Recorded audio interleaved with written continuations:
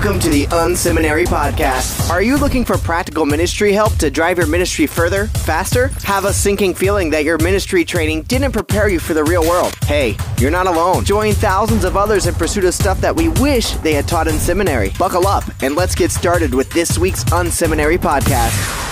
All right, well, happy Thursday, everybody. It's Rich Birch from the Unseminary Podcast. Thanks so much for listening in. I'm so glad that you've decided to spend some time with us today. I know you're a busy church leader, and so I just really value the fact that you take some time to listen in today as we head into the weekend.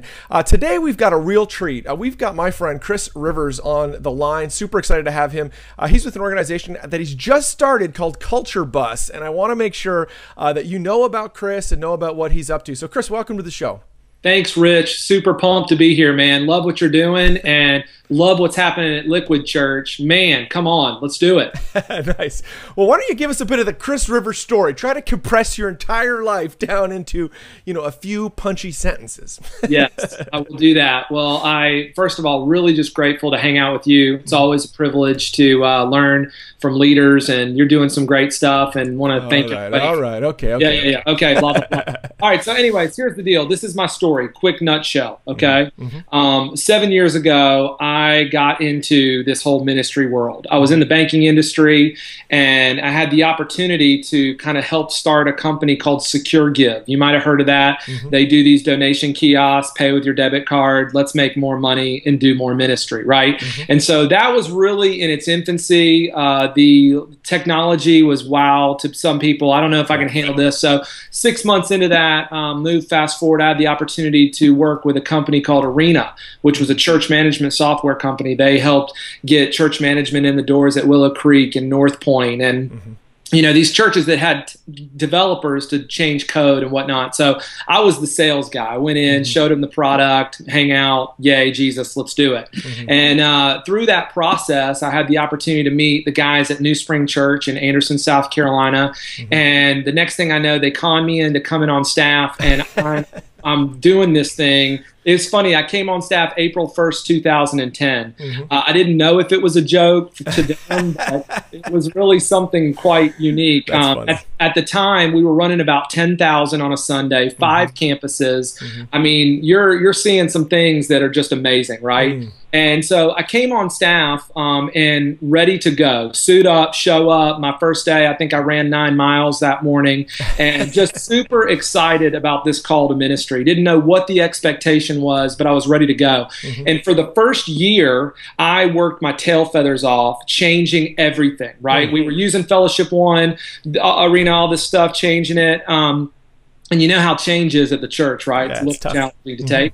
And so about a year and a half into this change of software, we launched it. It was a rocky start. And I remember Shane Duffy, one of our directional leadership team guys, brought me in his office. He said, "Hey, man, I love you, Chris, but I need you to convert us back to Fellowship One." And this was like, the craziest thing in the world. I was a laughing stock to the Fellowship One guys. I mean, they had a heyday with me, right? And it hurt my heart. My pride was broken. And so at the time, I was working on a team that Tony Morgan had started called the Central Ops. It was kind of like the Cirque du Soleil of ministry. And I moved from there to the IT team, which I referred to that room as the IT closet. Growing so rapidly, we literally worked out of a closet. Oh, wow. And I'm really struggling with my calling. I'm not doing what I thought I was supposed to be doing. Everything that I had worked for had been stripped. And it was in that moment that I almost quit and really learned the difference between abiding and striving in ministry and letting God do his thing through you, and trusting in that process. And one day, one of the guys in IT said, "Hey, man, there's this guy coming on staff, Rich Birch. Go give him his laptop, And I was like, okay, sure. What do you want me to say to him? Don't worry about it. Just give him his laptop. And so I thought about all the things that I wish someone had told me when I transitioned into ministry. I had come to a new place. There were new faces. I didn't even know what ministry was about. I'm like, here I am. They just wanted me to come on staff. Well, who am I, And so I remember that 30-minute conversation turned into a 90-day staff development program that I kind of helped put together and launch in 2010. Right. And so around 2010, we had about 138 staff. We were blowing up, man. I mean, it was just crazy, crazy stuff. And within a year and a half, okay, we hired 147 people. Wow. We literally doubled our staff in a year and a half. I mean, I'm telling you, every Monday there were people coming on staff, sometimes 5, one day 15, another day 3. And I'm like, holy cow, how do you help transition people in the ministry? So, you start doing something, you start learning after your mistakes, right? And about a year into this, I realized that the transition process is one of the most critical things that we do, right? And as ministry leaders, the way that we transition people into something either makes them or breaks them, right? And so I really start to question and really get before the Lord to say, what do you want that to look like? Because culture has so much to do with that, right? So one of the things I learned through that process is that culture is what your environments, they say you value, right? So I'm all about this culture development thing, and culture development to me is saturating your environments with your vision. And so it doesn't matter if you're a new staff person or you're a new volunteer or you're new on day one, that environment that you walk into, it sets the tone for your transition. And so that's really kind of how CultureBus started. And I started getting pastors asking me to help them. Hey, will you help me build something similar? And the next thing I know, here I am talking to I mean, come on. Okay. All right. And just for people that were listening there, I never have worked at NewSpring, although that would be a privilege. I didn't actually get the new laptop from you, Chris, although that would have been great. Nice. Now, you and I were talking last week. There's a lot we could talk about. There's a lot we could jump into. A part of what I appreciate you there, your focus on those transition points, I think you're really onto something there. I think particularly at those transition points, like you said, from first-time staff to joining staff to like first-time guests to, people that are new to the church, people that are just volunteering. I think you've hit on something super critical there for churches to wrestle through. And so I'm excited that you're helping out, helping churches on that. But you said something last week that really grabbed my attention. You talked about, Simon Sinek. He wrote a great book that really I would recommend everyone that's listening really should read. It's a great book. Start with the Why. But you said something about that book or about him that was like, ooh, that's an interesting thought, kind of a leveraging off of his idea, particularly for us as we're trying to build culture. And what was that?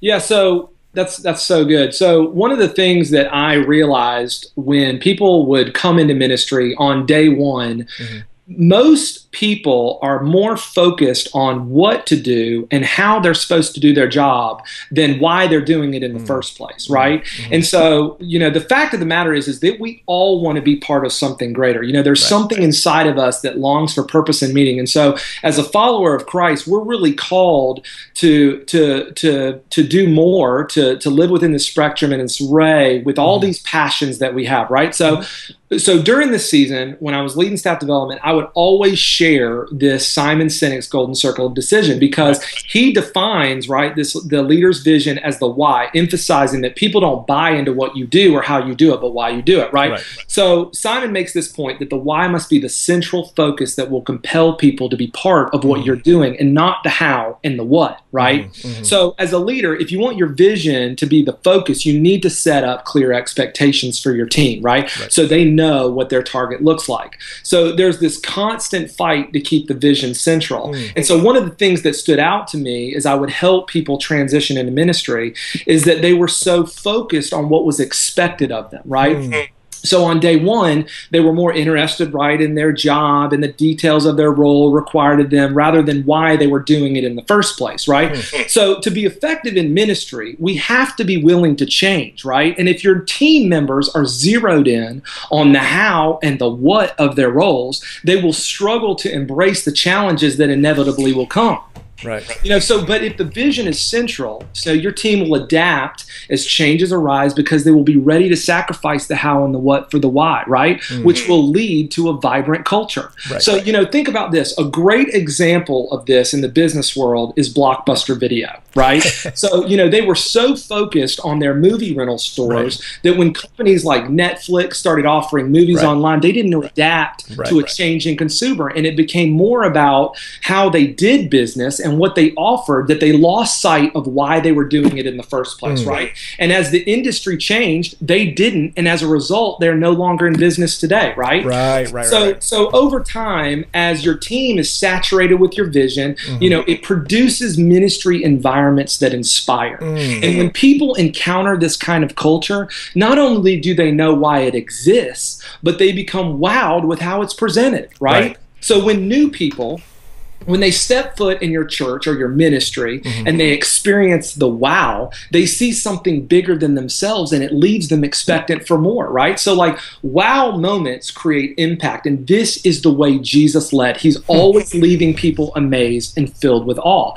So the goal of that time, the goal of talking about this Simon Sinek, another great book is The Advantage by Patrick Lencioni. That's another thing that, ministry leaders can check out. But that really challenged me because it was all about a shift, right? So as you master your vision, and in my role, it allowed our team's focus to shift from what was expected of them to a place where they can be expectant for God to do what only He can do through them, right? And so where there was once a desire to know what to do, there is now a willingness to do whatever it takes to see the vision alive in the culture, right? So your why becomes their wow. That's kind of what we were talking about the other day. Does that help?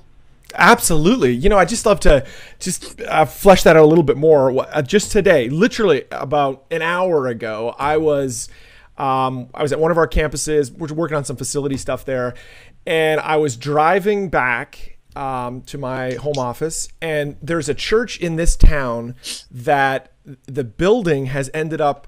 The church basically died. Right, there was it dwindled. And the building ended up becoming, now it's owned by the town, and it's become like a Parks and Rec building.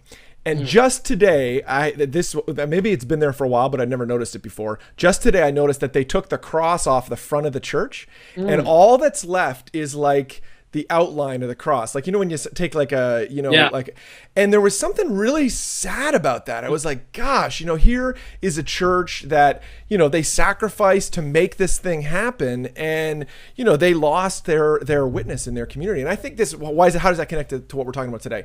I think as church leaders, if we can't stay focused on the why, and then ultimately, get to the wow, we'll end up there, right? We'll end up there as church leaders. So yeah, I appreciate that. How does a church? So how do we create those kind of wow moments, as you talked about, that reinforce the why in our organization?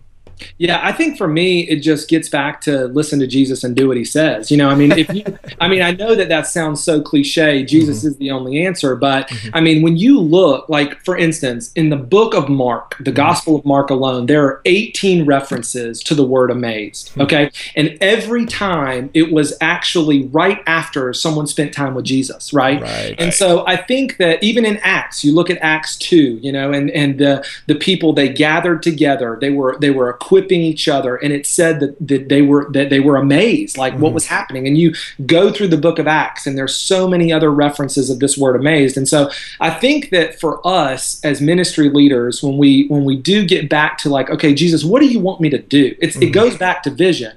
Vision alone can't get the job done. It takes a team of people to be, round about this vision to make it a reality. And so I think that this is what we've done with CultureBus, right? We've created 6 routes, right? Each route has lessons and test drives that help a leader, create a vehicle that transfers vision to your team. So one of the examples of our routes is called building foundations, okay? And so what I've learned about building foundations is that you need a foundation that stands the test of time. Because if you are going to grow, then there's going to be change that happens. It inevitably comes. And so so like, here's a great example. Think of the game of Jenga, right? I love this game. My kids and we play it. Yep. And I love watching my little kids. They try to pull them out. Yeah. But like, think about that as it relates to your staff, right? So like, if you don't have centralized processes and systems, then a lot of times your ministry is like Jenga. You know, people,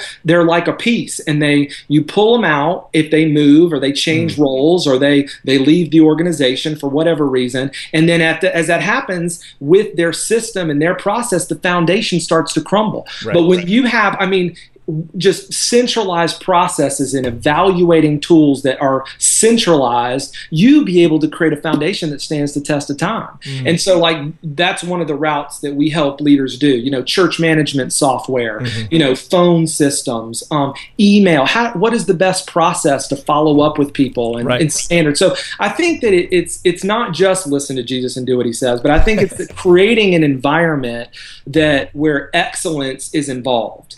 And the other day I was talking to somebody, and we were talking about excellence, and I realized in my heart that I've never really come up with a definition of excellence, right? So I came up with this definition.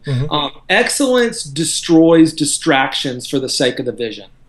Excellence. Okay. Let me chew on that. Excellence destroys distraction for the sake of the vision. Yeah, that's cool. Yeah. So this is what I think happens. A lot of times we walk into a culture, right? We walk into a church. You know, if you go to another church right down the road for the very first time, you just walk into it, you are already a critical person in your heart, because I'm not saying Rich is critical, but we look for the distractions because that's just what we do. And so distractions, they destroy vision. And so excellence is nothing more than Jesus. He's the king of excellence, right? He was the king of the greatest transition ever, right? So how do we take those transitions and make them excellent in everything we do? You know, if somebody walks into our church, maybe we don't, you know, we make that the most excellent environment that they ever experience. You know, if you have a one-on-one with your staff member, you make that environment so excellent that they walk away and they say, my gosh, this guy cares for me. He values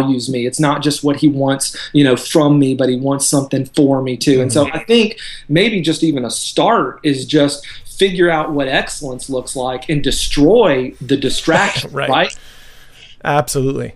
This has been fantastic. There's a lot to chew here. I'm hoping, what I hope actually is that out of today's kind of podcast, people want to reach out to you and connect, which we'll get all that contact information here in a bit. But is there anything else you'd like to, you know, kind of on this topic or on these topics? There's a lot we've talked about for people before we jump into the lightning round. I think for me, I'm just super excited for what God's doing. I mean, I could not be more passionate about this. I've done a lot of things. And so, you know, I'm just excited to see what God's got in store. I got my hands open. I'm ready to take whatever he's got, and it's going to be hard. It's not an easy road, but, you know, I'm just excited to see the best days of the church are ahead of us. I believe it. I've seen it. I've witnessed it. And I believe that if you're a ministry that is having a hard time, there is hope for you. And so I think that's probably, if I could say anything, man, just don't give up. Don't quit. You know, it's literally just keep focusing on Jesus and do what he says, and the best is yet to come. I mean, that's it. This is the Unseminary Podcast. Stuff you wish they taught in seminary. All right, well, let's jump into the lightning round, that part of the show where we, we ask the same questions to people who are on the show every week, just to kind of wrap up, have a fun conversation at the end. So today we've got Chris Rivers from CultureBus on the show. Super excited to have Chris with us. So Chris, what's a kind of a helpful tech tool or online tool that you've been using these days that's been particularly helpful to you?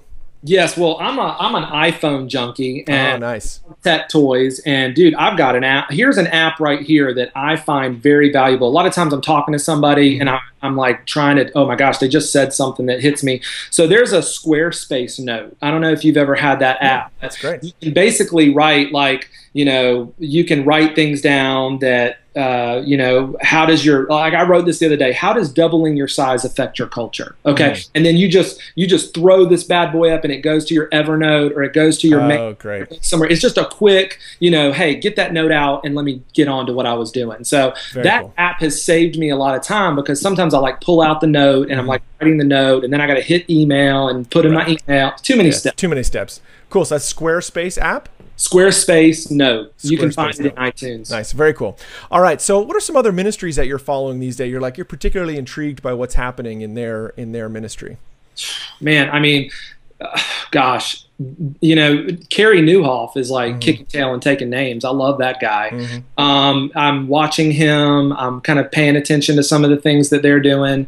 But there's a lot of churches that I'm more not necessarily looking at the church as a whole, but like just ministry leaders, like Dave Willis, for instance. Okay, this guy is one of the teaching pastors at Stevens Creek Community Church in Augusta, Georgia. This guy is like amazing. He says things, value bombs that just like, boom, Right. Like, wow. Right. It's been such a great encouragement. So a lot of times, I mean, like I'm direct messaging guys all the time, just saying, dude, I love you, man. What in the world is God teaching you? And I try, like that's really been more impact to me. But the Cove Church in still North Carolina, Mike and George and those guys down there, they're doing some amazing things. They've got this thing going on with this banana thing that is like, it's crazy. I don't know anything about it, but it's crazy. In their culture, it works. You know? Absolutely. And so those are just a couple guys cool. that just like stand out to me. Yeah, that's nice.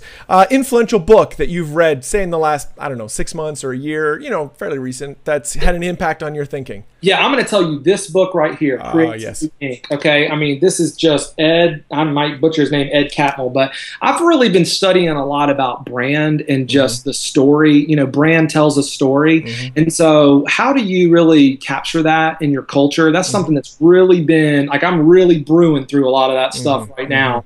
And challenging myself to create amazing resources that show the brand and not always the word. It's like getting it Twitterable and memorable and making it right instead of like what do I do with brand? Man, that has been something, that book has really opened my eyes to a lot of things. Very cool. Creativity Inc. That's a great book. Fantastic. All right, just two more.